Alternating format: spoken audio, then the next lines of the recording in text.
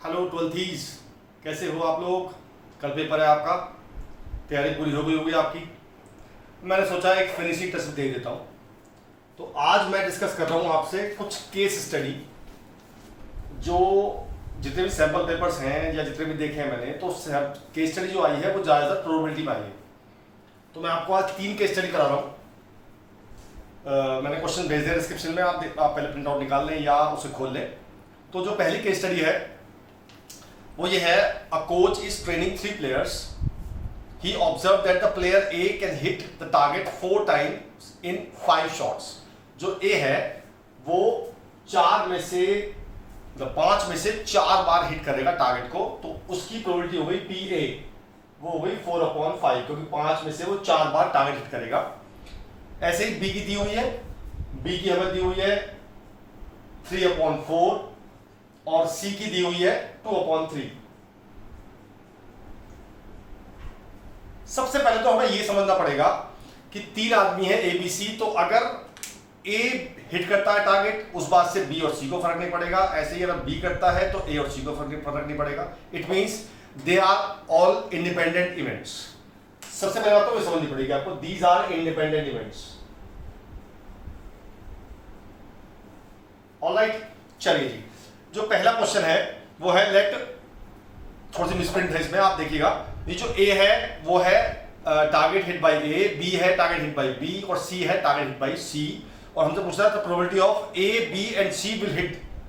वो पूछ रहा है कि तीनों हिट करने चाहिए, तो तीनों का हिट हुआ का मतलब हुआ P A intersection B intersection C निकालना है हमें। वो हो जाएगा PA into PB into PC, यानी कि हम तीनों को मल्टीप्लाई कर देंगे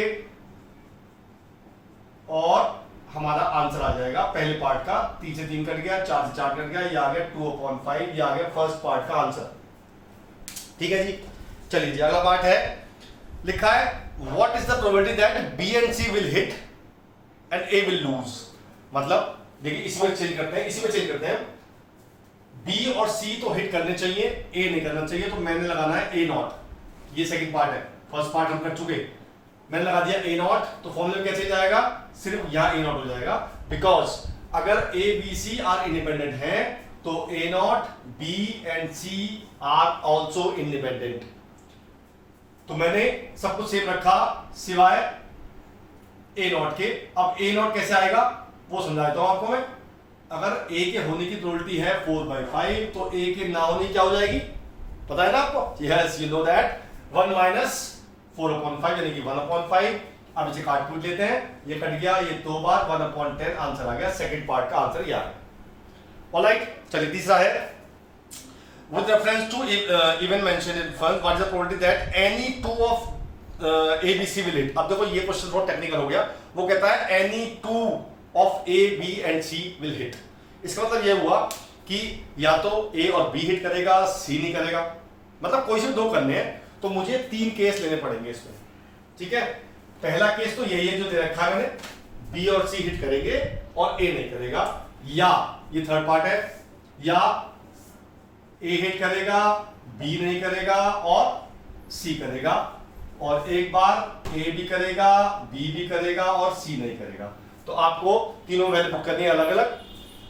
A0 हम निकाल चुके 1/5, B पता है हमें 3/4, C पता है 2/3। ऐसे ही हमें A पता है 4/5, B नॉट B मतलब 1 माइनस 1/B, तो 1/4, C पता है 2/3, ऐसे ही A पता है 4/5, ऐसे ही B पता है 3/4 और C पता है 1/3।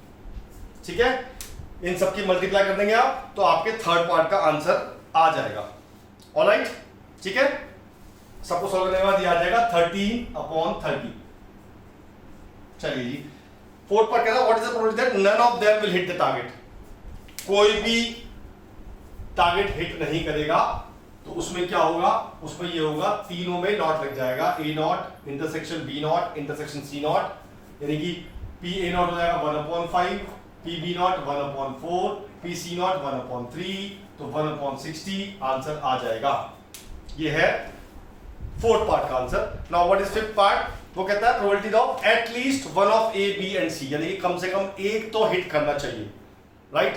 तो इसके दो तरीके होते हैं, या तो आप लंबा तरीका अप्लाई करें कि एक बार एक आदमी हिट करेगा, दो नहीं करेंगे, एक बार दो करेंगे और एक नहीं करेगा, और एक बार तीनों करेंगे। इससे बेटर तरीका होता है कि हम उल्टा चलते हैं, एटलीस्ट वन में उल्टा चलते हैं। पहले हमने सबके ना होने की प्रोबेबिलिटी निकाल ली, वो मैंने निकाल चुका है। अब इसे अगर मैं वन में से माइनस कर देता हूं तो वो आती है at least one of A and B will hit the target. अब पूछो ऐसा क्यों हुआ? ऐसा इसलिए हुआ कि आप सोचो कितने लोग टारगेट हिट कर सकते हैं। ये मैंने डिस्ट्रीब्यूशन वाला क्वेश्चन पूछा आपसे, या तो तीनों हिट करेंगे, या दो हिट करेंगे, या एक हिट करेगा, या जीरो हिट करेगा। ठीक है, अब सोचो एटलीस्ट वन का मतलब क्या हुआ? वो हुआ या तो एक हिट करेगा, या दो हिट, या तीन हिट करेगी। इन सबका सम निकालना है मुझे, और मैंने बताया था सबका सम जो कितना होता है, वन होता है। सबका सम होता है ना। तो अगर मैं इस वन में से इस वाले को माइनस कर दूं तो ये सारे आ जाएंगे। ठीक है, और ये मेरा आ चुका 1/60 जब कोई भी हिट नहीं करेगा, यानी जीरो हिट। ठीक है, ये था पहला केस स्टडी। दूसरी केस स्टडी मैं करा चुका आपको, लेकिन दोबारा करा रहा हूं। ये मेरे कैप्सूल में भी है, बस इसमें कोविड में है और हमारी एचआईवी में दी हुई है। और ये क्वेश्चन इंपॉर्टेंट है कि बिकॉज कोविड जो अभी आई है डिजीज 2 साल में, तो बहुत फेमस हुई है, तो इसलिए मैं चाह रहा हूं हो सकता है क्वेश्चन आ जाए। क्वेश्चन ये है, of the people having Covid, मतलब having Covid, not having Covid, अगर जो लोग कोविड है जिनको, अगर वो लोग जाते हैं टेस्ट कराने तो उनको पीसीआर पॉजिटिव आता है 90% लोगों को, और 10% को आता है नेगेटिव। ऐसे जिन लोगों को नहीं है वो लोग टेस्ट जाते हैं तो 99% को आता है नेगेटिव और 1% को आता है पॉजिटिव। ये ऐसा डाटा मुझे गिवन है क्वेश्चन में, और लिखा है with a large population in which only 0.1% of having Covid, यानी कि इतने लोगों को कोविड है, हैव कोविड। ठीक है जी, चलिए जी आगे चलते हैं। One of the person is selected at random, given the positive PCR test, and the pathologist report says that he is positive. मतलब एक आदमी को टेस्ट कराया गया और उसका रिजल्ट पॉजिटिव आया। ठीक है, अगर उसको है तो भी पॉजिटिव आ सकता है, और उसको नहीं है तो भी पॉजिटिव आ सकता है। चलिए जी, पहला क्वेश्चन पूछ रहा है वो, what is the probability person to be tested as positive given that he is actually have Covid. चलिए जी, हम इवेंट मानते हैं। पहले मैंने इवेंट E1 माना कि उसको पॉजिटिव है, मतलब हैविंग एचआईवी, E2 माना नॉट हैविंग एचआईवी, और मैंने माना E टेस्ट पॉजिटिव। ठीक है, तो PE1 क्या हो जाएगा, 0.1 हमें दे रखा है, इतने लोगों को एचआईवी है, और PE2 क्या हो जाएगा, इतने लोगों को नहीं है, 1 में से माइनस करें 99.9/100। ठीक, नाउ PE/E1 इसका मतलब क्या है? इसका मतलब है कि उसको कोविड पॉजिटिव है और उसका रिजल्ट भी पॉजिटिव आया, ऐसा मैंने देखा 90%। And this is the answer for my first question. लिखा है सेम लिखा है, the person to be test positive given that is actually having Covid. तो एक्चुअली हैविंग कोविड मैंने इवन माना है, वो गिवन है तो नीचे आएगा, और ऊपर पूछ रहा है वो पॉजिटिव की, पॉजिटिव मैंने ई माना है इसलिए ई ऊपर आएगा, 90% हमें दे रखा है, तो it is the first part answer. Now E/E2 निकालते हैं। इसका मतलब है उसको पॉजिटिव नहीं है, मतलब कोविड नहीं है, उसको कोविड, E2 माना है नॉट हैविंग कोविड, तो E2 को मतलब पॉजिटिव नहीं है, लेकिन उसका रिजल्ट पॉजिटिव आया, ऐसा हमें रखा 1%, तो ये हो गया 1%। ठीक है जी, नाउ सेकंड पार्ट का आंसर है, what is the probability that person testing Covid positive given that he is actually not having positive. तो वो पूछ रहा है सेकंड पार्ट में E/E2 जो हमें दे रखा है 1/100, बड़ा इजी था। Third part, what is the probability that the person is actually not having Covid. वो कहता है what is the probability that the person is not having positive. बहुत सिंपल है, तो वो E2 पूछ रहा है हमसे, 99.9%, सीधा आंसर है। Fourth part, what is the probability that the person is actually having Covid given that he is tested positive. देखो क्या कह रहा है वो, हमने माना है गिवन, देखो क्वेश्चन में क्या लिखा है, given that he is tested as positive, मतलब उसका टेस्ट पॉजिटिव आया, इसका मतलब गिवन है, तो नीचे मेरा आएगा E, और वो पूछ किसकी रहा है, वो एक्चुअली हैविंग कोविड, यानी कि E1/E पूछ रहा है। ठीक है जी। अब E1/E का फॉर्मूला होता है P E1 intersection E upon PE, ये मैं लिखवा चुका आपको, ये मल्टीप्लिकेशन थ्योरम या पहली एक्सरसाइज में कंडीशन प्रोबेबिलिटी। नाउ PE कैसे निकालते हैं पता है आपको? हाँ जी पता है, बेस फॉर्मूला लिखवाया था मैंने आपको। PE होता है PE1 into PE/E1 plus PE2 into PE/E2। हमें चारों वैल्यू दे रखी है, PE1 ये रखेंगे, E/E1 ये रखेंगे, PE2 ये रखेंगे, E/E2 ये रखेंगे, तो आपके ये आ जाएगा हमारा PE। ठीक है, और ये कितना आएगा पता है आपको? ये आएगा 108.9 अपॉन 10,000। सबकी वैल्यू पुट कर दी मैंने, तो ये बाहर आ जाएगा PE। और अगर आप देखें जो 5वां क्वेश्चन है उसमें हमसे यही पूछ रहा है वो। देखो क्वेश्चन पढ़ो 5वां, पहले 5वां पढ़ लेते हैं एक बार। What is the probability that the person selected will be diagnosed as COVID positive? और COVID positive माना है मैंने event E, it means 5th part में पूछ रहा है PE, जो मैंने निकाल लिया, ये आ गया। ठीक है, अब वापस आते हैं 4th पार्ट पे। 4th पार्ट का फॉर्मूला ये होता है, इसका फॉर्मूला होता है PE1 इंटू PE/E1, या मल्टीप्लिकेशन थ्योरम से अपॉन PE। मैं PE निकाल चुका, PE1 मेरे पास है, ये रहा, E/E1 भी है, ये रहा, मैं वैल्यू पुट कर दूंगा, तो मेरे 4th पार्ट का आंसर भी आ जाएगा।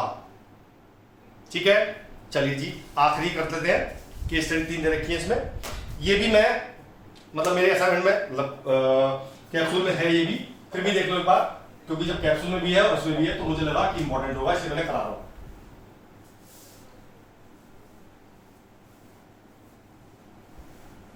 चलिए जी, ये है In answering a question on a multiple choice test for class 12, a student either knows or guess, मतलब दो ही ऑप्शन है, या तो वो नो होगा उसका आंसर या वो गैस करेगा। तो इसे मान लेता हूं मैं E1 और इसे मान लेता हूं मैं E2, वैसे भी लास्ट में लिखा हुआ है इन्होंने। अच्छा, let 3/5 be the probability that he knows the answer and 2/5 be the probability he guesses. Assume that the student who guesses the answer will be correct with the probability 1/3। देखिए उसने कहा है, देखो नीचे लिखा है let E1 E2 E be the events student know the answer, मतलब E1 माना है know the answer, E2 माना है guesses और E माना है इन्होंने करेक्ट आंसर। ठीक है जी। अब थर्ड लाइन दोबारा पढ़ते हैं, पहले सेकंड लाइन पढ़ते हैं। PE1 मुझे गिवन है 3/5, क्वेश्चन में गिवन है सीधा। PE2 भी मुझे गिवन है 2/5 डायरेक्टली। अब क्वेश्चन में लाइन थर्ड पढ़ते हैं। Assume that the student who guesses the answer will be correct with the probability 1/3, मतलब वो आंसर गैस करेगा और उसका आंसर करेक्ट होगा। तो क्या होगा? ये होगा E/E2, उसने आंसर गैस किया और वो करेक्ट हो गया, और दे रखिए 1/3। अब बात आई E/E1, ये कितना होगा? एनीवन? मैंने कई बार बताया बैच में, क्या होगा? 1। यस, क्यों? क्योंकि अगर आपको आंसर पता है तो उसके सही होने की पॉसिबिलिटी है 100%। ठीक है, तो इसका आंसर होगा 1। चलिए जी, अब बात करते हैं क्वेश्चन की। पहला ऑप्शन है what is the value of PE1, दे रखी है हमें। E/E1 निकाल लिया हमने 1। अब लिखा है E/E हमें निकालना है समेशन ऑफ k = 1 से 2 PE/E इंटू PE, है ना। अब मैं इसे पुट करता हूं वैल्यू, एक बार k की 1 से 2 के तक, तो पहले 1 पुट करता हूं E/E1 into PE1 plus PE/E2 into PE2। ठीक है जी, चारों वैल्यू दे रखी है। ये मैंने रखा क्यों? समेशन मतलब होता है समेशन, k की वैल्यू 1 से लेके 2 तक जाना है मुझे, तो पहले मैंने 1 रखा पूरे में, ये आ गया, फिर 2 रखा, ये आ गया, चारों वैल्यूज मुझे पता है, तो मेरा आंसर आ जाएगा। और इसे हम PE भी बोलते हैं, याद कर लो एक बार, मैं बताता हूं, दिस इज कॉल्ड PE। ठीक है जी। अच्छा, दूसरा लिखा है हमें सॉल्व करना है समेशन k = 1 से 2 तक PE, यानी कि इसका मतलब हुआ PE1 प्लस PE2, और दोनों दे रखी है हमें, फॉर्मेट कर दो, हमारा आंसर आ जाएगा डायरेक्टली, है ना। चलिए जी, अब अगला पार्ट पढ़ते हैं। अगला पार्ट है what is the probability that student knows the answer given that answered correctly, मतलब उसका आंसर करेक्ट आया और उसे आंसर पता था। इट मींस करेक्ट आया तो E और पता था E1, यानी कि मुझे PE1/E निकालना है और फॉर्मूला इससे पहले क्वेश्चन में सेम किया हमने, तो ऊपर हो जाएगा PE1 इंटू PE/E1 और नीचे आएगा पूरा PE हम निकाल चुके है ना, और E1 पता है हमें, E/E1 पता है, सारे वैल्यू पुट कर देंगे तो मेरे थर्ड पार्ट का आंसर भी आ जाएगा। ठीक है, तो ये थी प्रोबेबिलिटी की कुछ केस स्टडी, इन्हें कर लीजिएगा, इट विल बी हेल्पफुल। और कल के लिए बहुत बहुत ऑल द बेस्ट, है ना। अच्छा पेपर करके आओ। एक बात अब मैं आपको इंपॉर्टेंट बता दूं, आपने क्वेश्चन पढ़ा तो पहले अटेम्प्ट में आप किसी क्वेश्चन में अगर अटक गए आप तो please don't waste time on that question, उसे आप छोड़िए। पहले आप पूरे क्वेश्चन को एक बार वो क्वेश्चन कर लो जो आपको पूरे आते हैं, राइट। फिर आप सेकंड टाइम में उन पे आओ जो आपने क्वेश्चन अटक गए थे, वरना आपका टाइम वेस्ट होगा तो बाकी क्वेश्चन छूट जाएंगे आपके। तो पहले टाइम में सारे वो क्वेश्चन कर लो जो आपको सारे आते हैं, उसके बाद second attempt. Alright, again all the best, बढ़िया जाएगा पेपर, टाटा।